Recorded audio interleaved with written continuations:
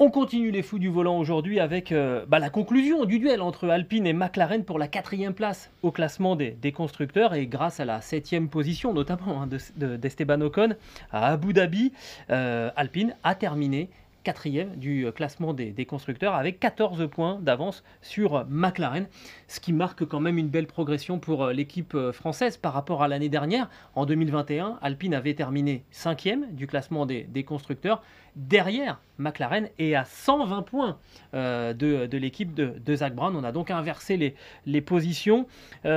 Stéphane, je te propose de commencer par le même exercice qu'on a fait un petit peu plus tôt. Les chiffres. La vérité par les chiffres, exactement. tout à fait. Et on voit en fait que cette 4e place d'Alpine est logique. 4e du championnat avec 173 points, 14 points de plus que McLaren. Et surtout, Alpine a occupé cette position à 12 reprises. Cette saison sur 22 Grands Prix, McLaren 9 fois, c'est assez serré, mais Alpine a toujours fait la course en tête, je dirais. Meilleur résultat pour Alpine, c'est une 4e place, alors que McLaren a signé un podium avec Norris à Imola. Ça, c'est le point positif pour McLaren. Bon, c'est un petit peu plus anecdotique. Les meilleurs tours en course, 2 pour McLaren, 0 pour Alpine. Ça signifie que McLaren a gratté 2 points en fait dans ce total grâce aux meilleurs tours en course. Et puis alors là, pour l'anecdote, mais vraiment, les tours en tête, pour Alpine, il y en a eu un, signé Fernando Alonso, et puis 0 pour McLaren.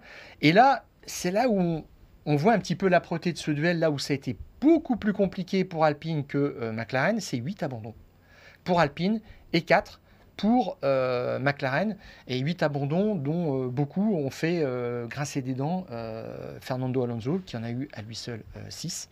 Et donc en fait, c'est le reflet des risques pris par Alpine cette année. Alpine qui avait un mérite supérieur aux autres équipes. Il y a eu un nouveau règlement, tout le monde a étudié une nouvelle voiture, mais Alpine et Renault ont refait complètement leur moteur. Ce qui n'était pas le cas pour Mercedes, pour Ferrari, pour Honda. Donc là-dessus, ils repartaient pas d'une feuille blanche, mais presque. Avec l'idée de mettre l'accent sur la performance et que la fiabilité viendrait dans un deuxième temps. Ça se vérifie là dans les chiffres que tu nous donnes, avec ces 8 abandons pour Alpine, moitié moins pour McLaren. Alors certains abandons dus à une pompe à eau qui était d'un design un petit peu risqué, je dirais, qui n'était pas possible de refaire durant la saison. Ils l'ont payé au prix fort par certains abandons. Donc c'est ça qui sera corrigé l'an prochain. Ils seront peut-être un peu plus sécures là-dessus. Il y aura sans doute d'autres risques, voilà ce qu'ils prendront. Mais je dirais que ça s'est vu aussi dans le match, en fait, dans le match des moteurs, puisque McLaren est rentré quasiment dans ses quotas moteurs avec Daniel Ricciardo. Ils n'ont pas dépassé ces quotas, donc Ricciardo n'a pas eu de pénalité en ce qui concerne les V6 turbo et les récupérateurs d'énergie.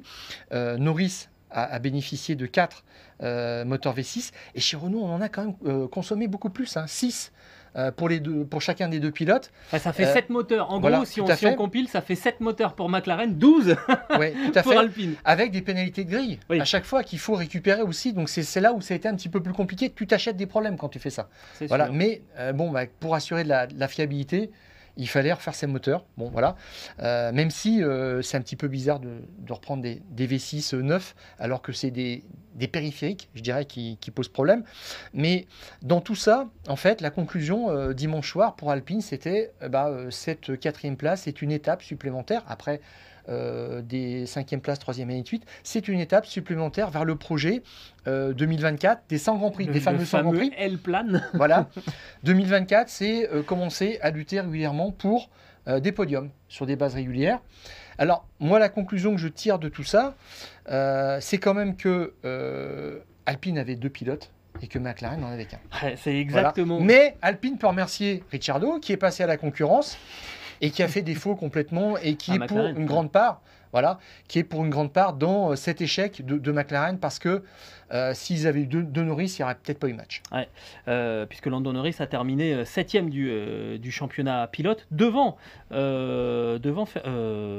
Esteban Ocon et devant Fernando Alonso, alors que dans le même temps, Daniel Ricciardo, lui, a marqué environ 80 points de moins cette saison par rapport à l'année dernière.